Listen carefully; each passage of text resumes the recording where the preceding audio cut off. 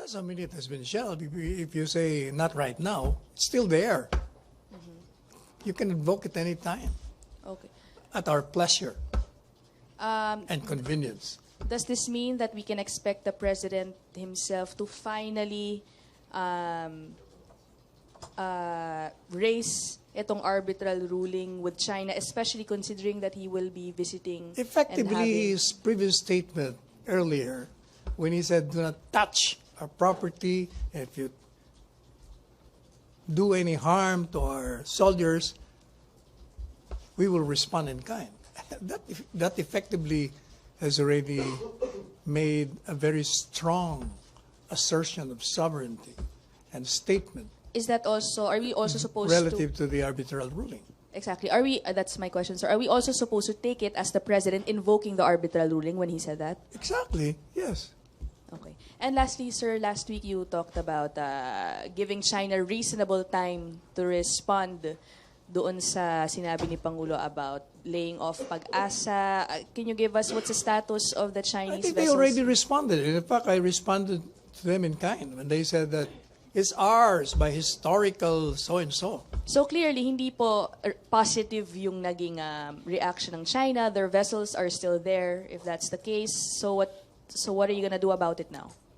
But they also said that we should resolve this in bilateral negotiations. So that's the good news there.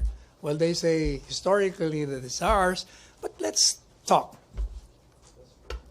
The spokesman said that too. And that's why we also will welcome that.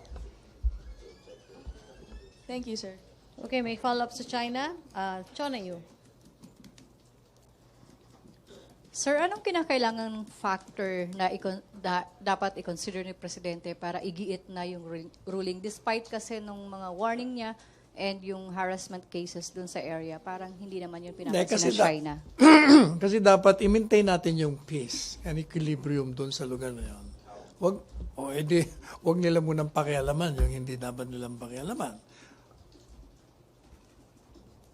So, sa ngayon, nag-uusap tayo. Saka we're supposed to be friends. So, let's be friendly first. Pag-usapan natin.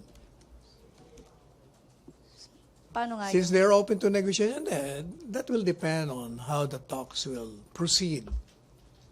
We have to forge a mutually satisfactory solution to the conflict in that area based on the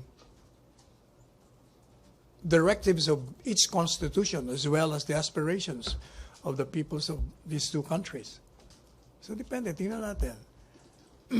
Since we will be meeting next week, hopefully that will be taken either by them or by us or by both. Joseph. So what do you mean by meeting them? Do you have a schedule already? Oh, we're supposed to be in Beijing, China, right? Yeah, but for the Belt and Road Forum. There is always, every time the Philippine government visits a country, there is always a bilateral meeting between the heads of state. All right, cool. That is standard. Okay, sir.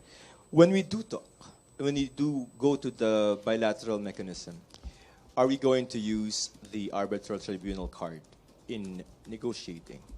That will be the president's call. Usually, in a bilateral meeting, the host makes an opening statement, and in that opening statement, the host can raise whatever issue he wants.